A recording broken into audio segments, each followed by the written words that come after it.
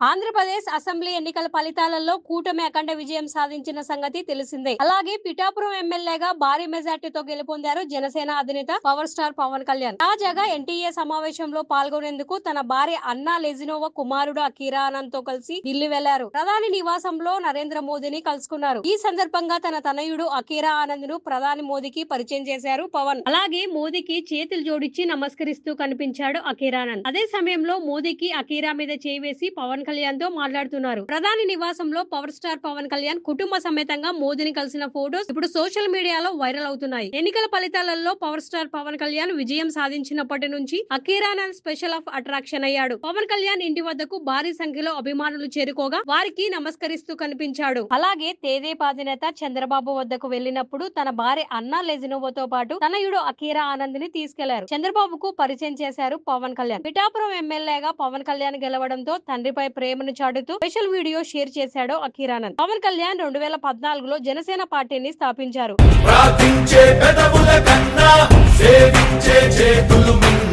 ఆ తరువాత 2019లో మొదటిసారిగా ప్రత్యక్ష ఎన్నికలకు వెళ్లారు. ఆ సమయంలో పవన్ కళ్యాణ్ కు పరాజయం ఎదురైంది. 2024లో పిఠాపురం ఎమ్మెల్యేగా పోటీ చేసి భారీ మెజార్టీతో గెలుపొందారు.